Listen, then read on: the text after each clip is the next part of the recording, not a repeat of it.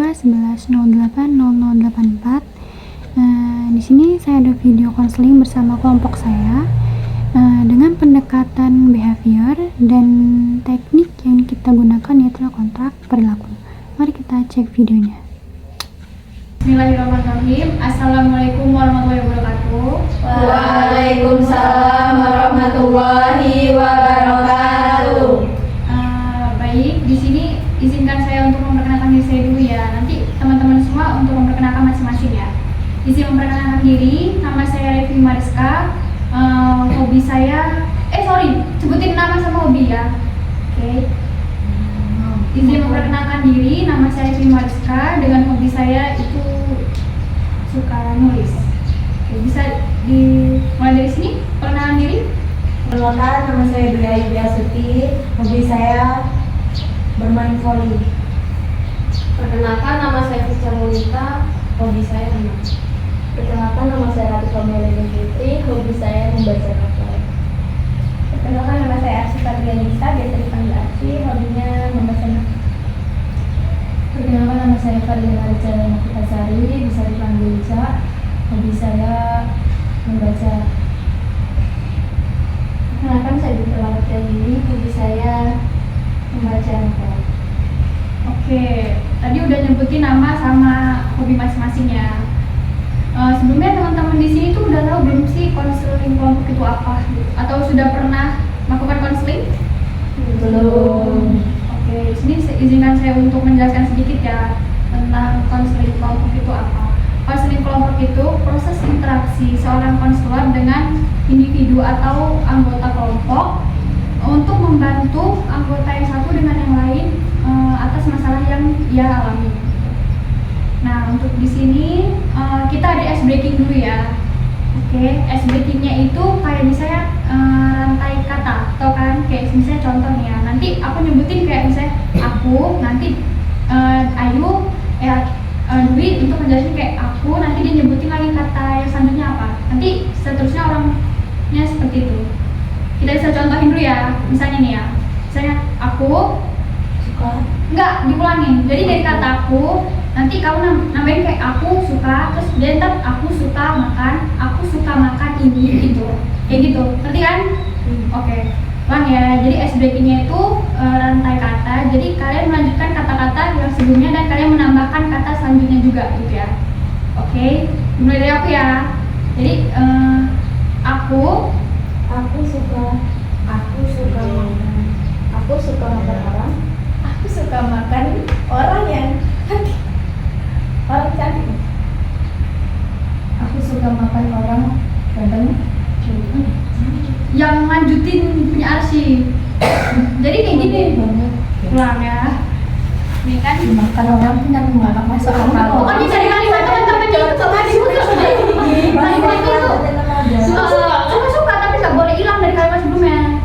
Nggak boleh ganti gitu ya. Nah, Orang makan daging babi. Dia sengaja. ya apa aja bebas lah ya pokoknya. Ulang ya. Akhirnya, Jadi kayak rantai kata. Oke. Dimulai dari aku ya. Aku suka bermotor.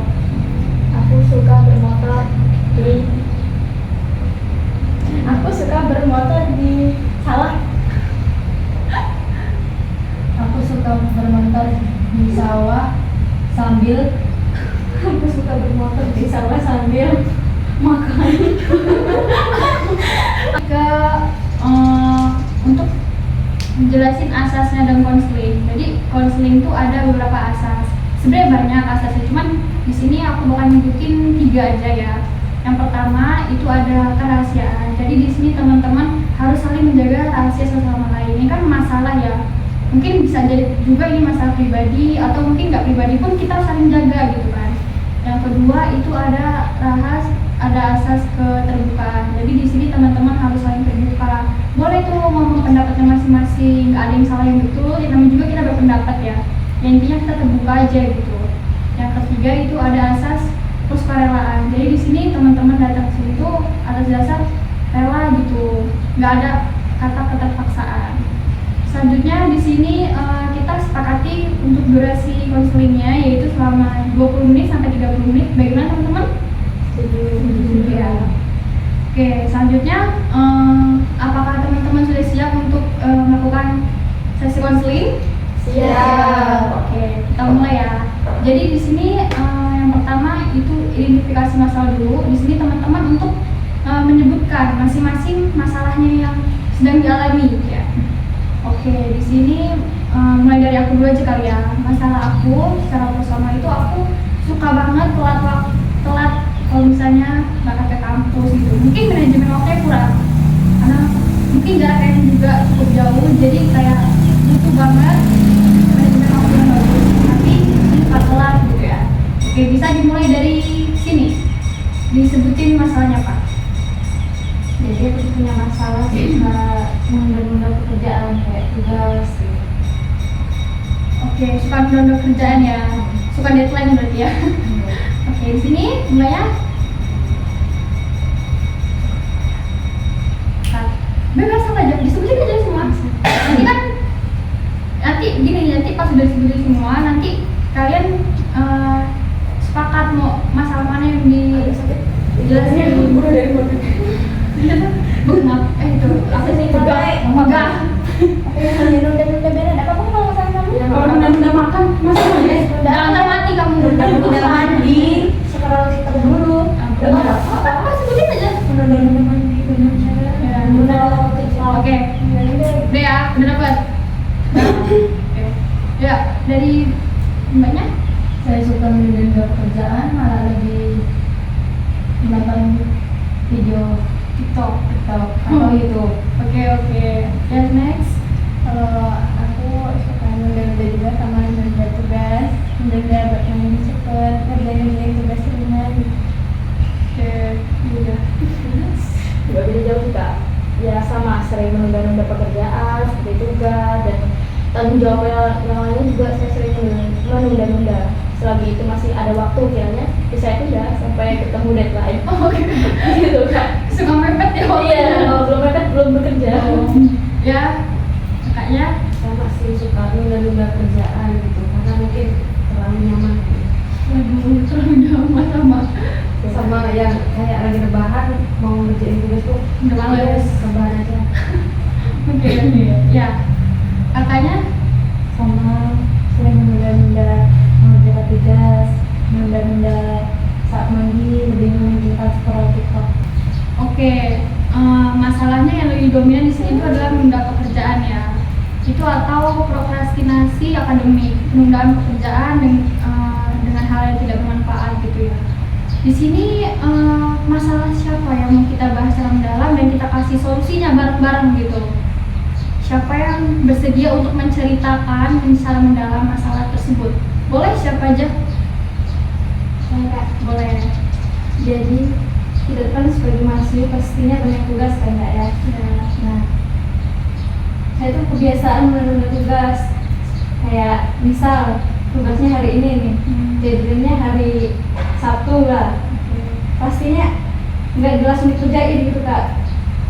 Kayak jangan main dulu, otomatis rebahan, scroll TikTok, gitu aja sih Kak. Terus walaupun udah sampai deadline-nya kayaknya sampai lupa juga ngerjainnya. Oke. Jadi di sini Bintang Mara itu ngejelasin bahwa dia tuh suka menunda pekerjaan dia. Walaupun dikasihnya hari ini, deadline-nya hari Sabtu, dia ngerjain nanti. Kadang kan dia suka lupa untuk ngerjainnya gitu. Nah, mungkin teman-teman yang lain ada yang mau ceritain lagi? Oke, boleh. Kak, saya kan juga sama kayak Bintang Mara. Memang kalau misalnya suka deadline terus kita udah punya keinginan nih mau cepet-cepet ngerjain gitu kan, mau ada waktu, kita tuh udah mulai gitu, kita udah buka laptop, kita udah mulai cari-cari, tapi nggak serius gitu loh Kak, karena deadline-nya masih jauh, jadi kita kayak cuman ya syarat aja gitu, yang penting mulai ngerjain padahal nggak ada hasilnya, nggak ada hasilnya, buka aja tapi malah ngerjain yang lain gitu. Niatnya belum punya untuk Udah ngerjain punya tugas. tapi giliran udah buka laptop tuh malah bukannya langsung ngerjain tugas, pegang HP dulu, ngerjain lagi yang lain, scroll TikTok. Iya, memperlambat pekerjaan ya.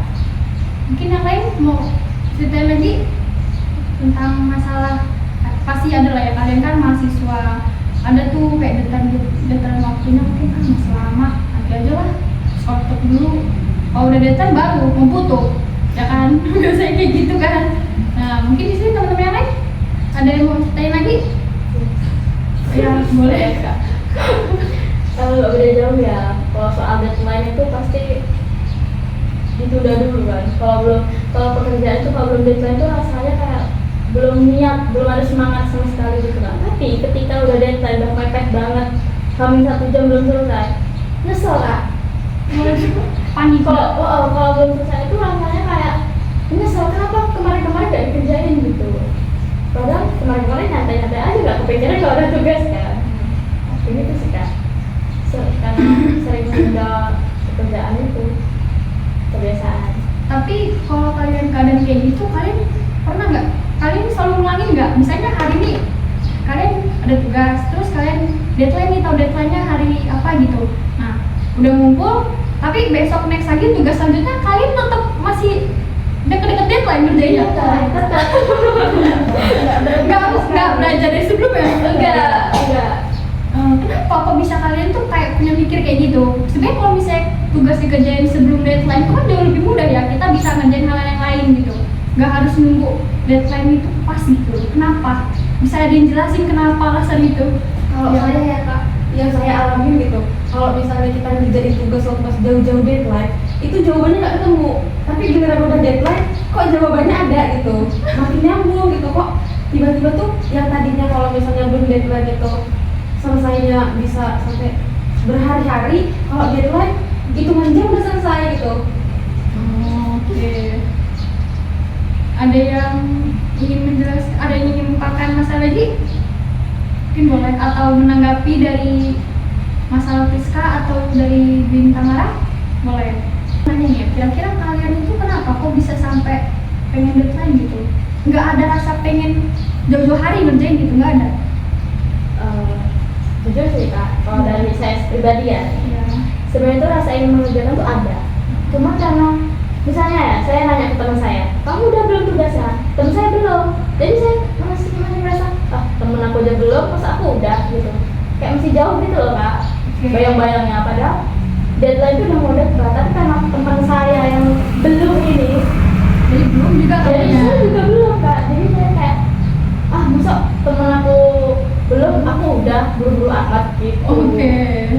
Yang lain? Kebawa jadinya. Oke. Yang lain? Atau menanggapi dari pernyataan dari Mei atau Latifah? Boleh kalian tanggapin? Oh boleh. Kata Mimi tadi kan kita ngerjain tugas karena nanya-nanya sama temennya, padahal kan kita sendiri nggak tahu itu temen jawab belum beneran atau belum tapi udah mulai nyicil. Oh, iya, Tapi bisa kita jadi. malah percaya aja, terus nanti tiba-tiba mereka ngomong duluan, terus kita masih mengerjakan buru-buru. Nah, jadi solusinya dari itu apa? Siapa yang bisa jelasin? Oke, boleh. Ya, jadi solusinya tadi itu jangan terlalu percaya sama omongan teman sendiri walaupun teman itu deket gitu, karena kan apalagi di dunia kuliah ini kan kita siapa gimana ya ngomongnya, siapa ya iya teman sendiri itu bisa jadi saingan kita gitu. Jadi makanya tadi bisa dibilangin katanya kamu udah selesai belum kamu udah selesai belum padahal dia udah mulai garap. Oh ya. Jangan terlalu percaya dengan teman. Ya boleh percaya tapi kayaknya butuh batasan juga ya, nggak sepenuhnya. Jadi biar kita juga tahu loh. Ya, oke. Mungkin yang lain mau menanggapi masalahnya? Oke boleh. Terus sih. Kita juga jangan ikut-ikut teman gitu kalau bisa. Oh. Biarin kalau misalnya temennya emang belum ngerjain dan kita emang ngerjain, ya udah kerjain aja gitu. Nggak usah nunggu-nunggu karena kan kapasitas orang tuh beda-beda ya. Mungkin dia emang deadlineer tapi dia mampu gitu, dia sanggup ngerjain itu dalam waktu dekat tapi dia bisa ngerjain tugasnya dengan benar baik gitu ya. Sedangkan kita tahu nih kita nggak bisa misalnya ngerjain itu mepet-mepet, jadi kita di jauh-jauh hari nggak usah ngikut-ngikut kalau bisa. Oke. Tadi kata Arsy katanya nggak boleh terlalu ngikutin teman karena kualitas orang tuh beda-beda. Ada yang orang yang cepet, kalau bisa deadline waktu bisa langsung nih hamin berapa 5 jam aja udah bisa ya, atau ada juga orang yang mungkin lama gitu ya. Ya orang beda-beda gitu, tidak boleh terlalu mengikuti orang. Mungkin yang lain bisa nanggepin? saya ingin Iya, bertanya, boleh. apa sih bedanya menunda-nunda sama males? Oke, tadi Dwi Ayu bilang bedanya males sama menunda itu apa? Yang bisa jawab siapa? Boleh? Saya Kak, Ya. kalau menurut saya itu penunda itu karena males. Ya. Kalau males itu karena kebiasaan kita menunda-nunda kerjaan. Oke, tadi kata Ica itu perbedaannya malas sama menunda itu katanya menunda itu karena males, sedangkan kalau malas itu karena udah kebiasaan dia, udah habitnya dia. Mungkin teman-teman ada yang mau nambahin dari pertanyaan Dwi Ayu yang tadi katanya dia nanya menunda-nunda itu sama malas itu apa bedanya? Gitu. Ada yang mau nambahin? Oke, Rizka boleh. Kalau menunda-nunda itu udah ada pekerjaannya tapi kita nggak ada kemauan buat ngerjainnya. Nah kalau malas itu dia itu memang udah sifat, udah bawaan gitu, tergantung pada diri dia sendiri mau mengubah sifat itu jadi baik atau menjadi malas yang akut gitu. Oke, tadi Prisca udah ngomong nambahin ya, katanya kalau misalnya nunda-nunda itu udah ada pekerjaannya, tapi belum ada aksinya atau tindakannya dia gitu, mau jadi atau enggak gitu, tapi udah tunda. Kalau misalnya males, saya kata Prisca itu, sorry, kalau bocor apa? Malas itu udah bawaan diri sendiri. Kalau malas itu udah bawaan diri dia, tergantung diri dia mau ngelakuin nggak, ada niatan nggak, mau ada tindakan nggak gitu kalau kata Priska. Oke, itu tadi ya. Sekarang aku mau nanya ya sama kalian, cara kalian untuk menghadapi rasa malas kalian itu apa? Cara kalian boleh dijawab. Siapa mau jawab? Boleh, Priska. Kalau aku ya Kak, kalau buat masalah menunda-nunda tugas ini ya mungkin lebih ke bukannya memilih-milih teman ya, tapi berteman sama orang yang memang rajin gitu. Karena kan kalau orang rajin pasti dia dari jauh-jauh hari udah ngerjain tugas kan, nggak perlu nunggu deadline. Jadi kita tuh tergairah juga buat ngerjain tugas gitu. Oh dia udah selesai, berarti saya juga harus selesai. Kenapa saya harus nanti kan bakal ada tugas lagi gitu. Takutnya nanti jadi numpuk gitu mungkinnya pemikirannya. Terus ya yang kedua itu mikir gitu. Kadang-kadang itu kalau misalnya udah pekerjaan itu, kalau kita kan anak kosan gitu ya Kak, kalau misalnya di kosan kan kita menunda pekerjaan kan it's okay lah, nggak ada yang marahi gitu kan. Tapi kalau sesekali keinget gitu sama orang rumah, sama orang tua gitu, kalau di rumah itu kan nggak nunda kerjaan, apalagi ibu itu kan nggak suka ya sama yang nunda pekerjaan. Terus mikir juga orang tua itu kan biayain kita kuliah kan bukan untuk menunda-nunda atau bermalas-malasan ya. Jadi mikir itu biaya ini tuh pasti kita kuliah itu ada biayanya. Jadi kalau kita mau nunda-nunda pekerjaan itu sama dengan kita menunda-nunda kita itu lulus gitu. Oke. Ada yang lagi untuk menyampaikan lagi? Boleh? Cara kalian. Oke, Linta. Menurut saya Kak, kita bisa mencari dukungan dari orang lain, kayak teman atau keluarga yang motivasi kita agar nggak malas-malesan, menunda kerjaan. Karena dengan adanya motivasi kan kita jadi semangat gitu Kak. Itu mengerjakan tujuan saya. Oke. Oh ya, sih boleh. Nah, tadi kan kita katanya nunda-nunda kerjaan itu karena malas gitu ya kan. Malas itu karena udah kebiasaan gitu. Mungkin kita bisa ubah bad habit kita gitu kan. Dari yang kecil-kecil aja, misalnya kayak kalau bangun tidur gitu kita kan biasanya langsung main HP tuh. Nah, kalau otomatis karena main HP itu kita jadi nunda-nunda yang lainnya gitu kan. Makanya kayak mulai dari kebiasaan kita yang kecil aja, bangun tidur jangan langsung pegang HP gitu. Kita mulai aja kerjain dulu ya, kalau misalnya bangun pagi bisa mandi, itu kan biasanya malas mandi kan karena scroll TikTok kan. Makanya kayak sebelum kita mulai scroll TikTok itu kita kerjain dulu lah tanggung jawab kita gitu, mana yang mau kita kerjain, usahain. Oke. Ada yang lain untuk nambahin? Oke, boleh. Sekali. Kalau tambahan aja ya Kak, kalau saya sih bikin itu kita bikin kayak jadwal gitu. Jadi jam segini tuh waktunya bangun tidur, jam segini tuh waktunya main HP. Jadi semua itu terjadwal. Jadi nggak seharian tuh main HP gitu. Jadi ada waktu untuk main HP, mandi, ngerjain tugas atau membereskan kosan gitu. Struktur lah ya. Ya biar jadi seharian gitu. Oke. Ada lagi mungkin? Oke, boleh nih. Saya cuma menambahkan sedikit sih Kak. Saya setuju sama pendapat teman-teman yang intinya kita tuh perlu kesadaran diri kan untuk mengubah kita tuh selalu nggak kayak gini, kita nggak perlu kayak sadar diri gitu kan. Dan juga perlu yang namanya schedule untuk diri kita sendiri kan. Kita nggak mungkin bisa langsung berubah kalau kita nggak ada niat untuk merubah itu kan. Itu pentingnya untuk semangat berubah diri, dan menurutku support system itu penting banget untuk mengubah ini, karena kita kalau nggak ada support system tuh nggak ada patokan gitu kan. Yang lebih rajin itu seperti apa, yang benar-benar nggak malas lagi itu seperti apa. Support system yang kayak memang itu tuh apa? Dukungannya seperti apa? Yang seperti yang dibilang tadi, kasih yang teman, yang orang tua, katanya arah tadi kan juga bisa jadi mungkin orang terdekat kita, tetangga, mungkin kita ngeliat tuh rumahnya rapi banget, pagi-pagi udah wangi rumahnya, udah bersih gitu, kita jadi kayak aku pengen deh kayak gitu juga, dan bisa jadi kayak gitu kan Kak. Oke. Mungkin yang lain mau nambahin boleh? Oke, boleh. Tadi kan kita udah dengar ya pendapat Indomie, katanya kita ini butuh support system gitu. Nah, mungkin selain support system kita juga butuh motivasi gitu. Motivasinya tuh bisa dibentuk dengan nyari role model gitu ya. Jadi misalnya nih kita butuh seseorang yang bisa kita contoh.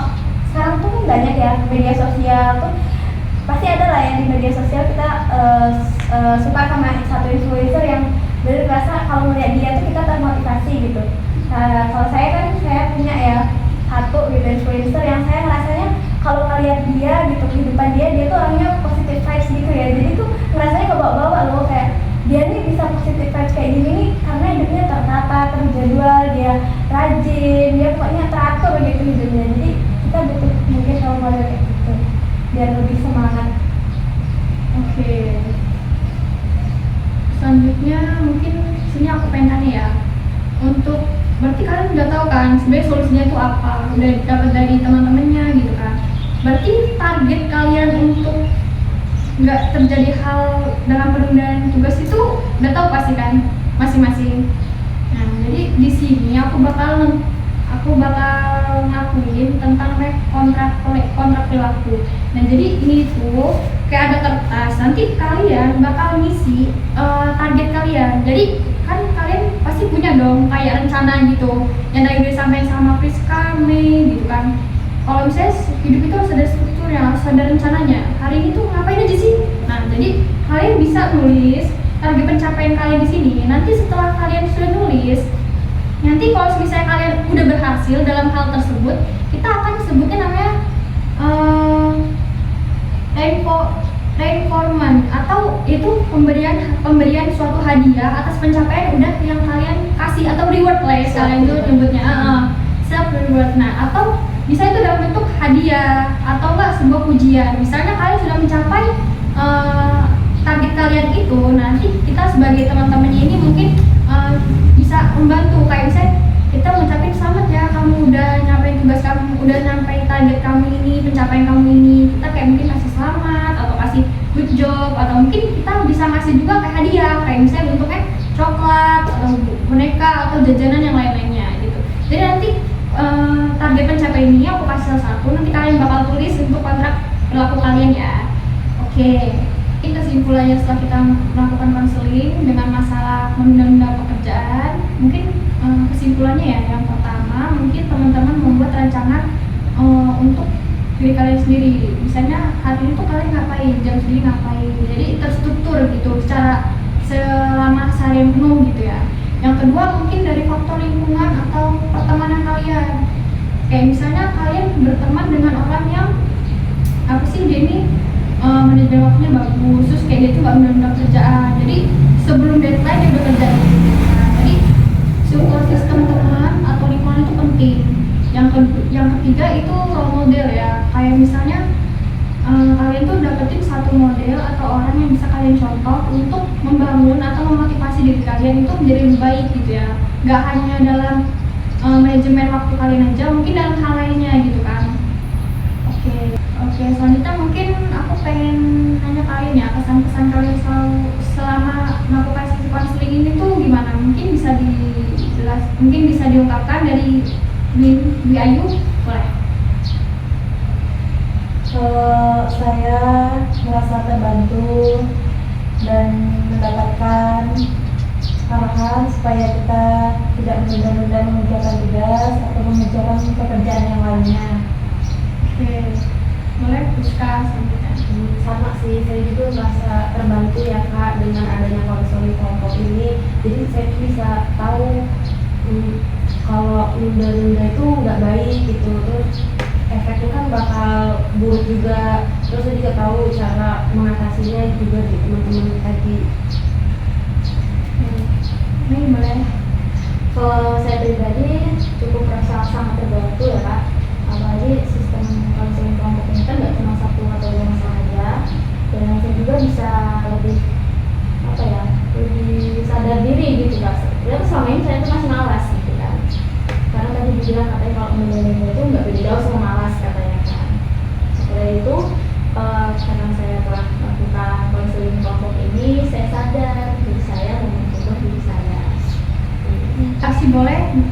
Kalau saya kesannya saya ini jadi tahu ya, ternyata di antara kita semua ini kebiasaan buruk itu masih banyak banget yang suka dikerjain ya, males-malesan, nunda-nunda gitu. Pesannya mungkin dari konseling ini semoga kita semua bisa berubah gitu ya, termotivasi untuk bisa lebih rajin lagi, lebih terstruktur lagi hidupnya, semangatnya. Ya, boleh Ica. Kalau saya sendiri merasa terbantu dalam sesi konseling ini, mana yang benar dan mana yang salah. Oke, Bintang boleh. Kalau saya sendiri saya merasa terbantu dan saya menjadi tahu cara untuk agar tidak menunda pekerjaan dengan cara melakukan perencanaan, mencari dukungan dan mencari role model. Baik, untuk sesi konseling ini saya tutup. Terima kasih kepada teman-teman yang sudah mengikuti sesi konseling ini. Semoga kita semua bisa mengubah diri kita menjadi orang yang lebih baik lagi. Amin. Saya akhiri. Wassalamualaikum warahmatullahi wabarakatuh. Waalaikumsalam warahmatullahi wabarakatuh. Hai guys, kami lagi nggak bikin tugas. Halo kids. Hi kids. Hi kids, this is your mom. And your auntie. Come on. Efeknya tuh gak main banget. Iya. Kayak nggak pakai efek loh. Ya udah mas deh, kameranya ini nyatu pada main. Iya. Nyatu pada alam. Bapak lah, kameranya cinta dengan me. Ingat guys. Sudah. Sekian video dari saya. Mohon maaf apabila ada kesalahan dalam pembuatan atau kata. Kepada Allah saya mohon ampun. Saya akhiri. Wassalamualaikum warahmatullahi wabarakatuh.